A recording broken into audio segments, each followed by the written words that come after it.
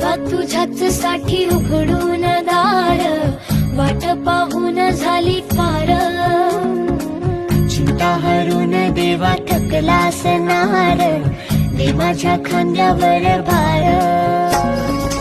थोडा इथं टेकून जा, घास खाऊन